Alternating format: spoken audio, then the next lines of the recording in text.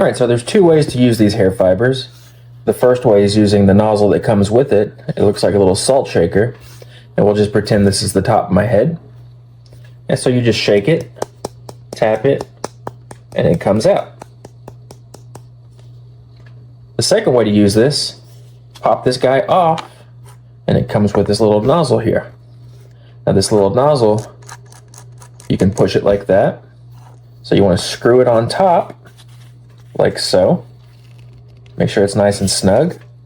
Turn this guy upside down and give it a couple shakes. This puts the hair fibers up in this bulb here. And then you can just pump it onto your hair. And the hair fibers come out nice and smooth. There you go. The hair fibers stay on top, but don't dip below the surface. That's pretty cool. All right, cool.